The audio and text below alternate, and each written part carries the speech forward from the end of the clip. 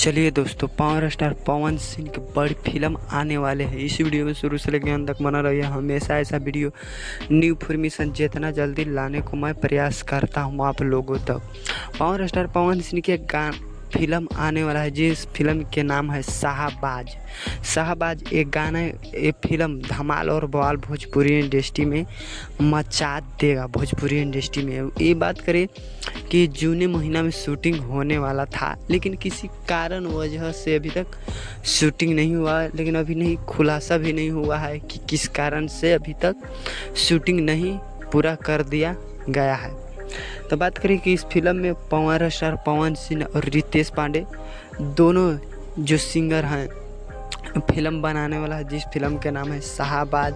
ये film unique हो सकता है क्योंकि दोनों भोजपुरी के सिंगर हैं, बड़े बड़े सिंगर, और अपना अनुमान से फिल्म निकालेंगे। खुद निर्माता खुद पवन सिंह है और अपना मन से निकाल रहे हैं, लेकिन कुछ तो खासियत है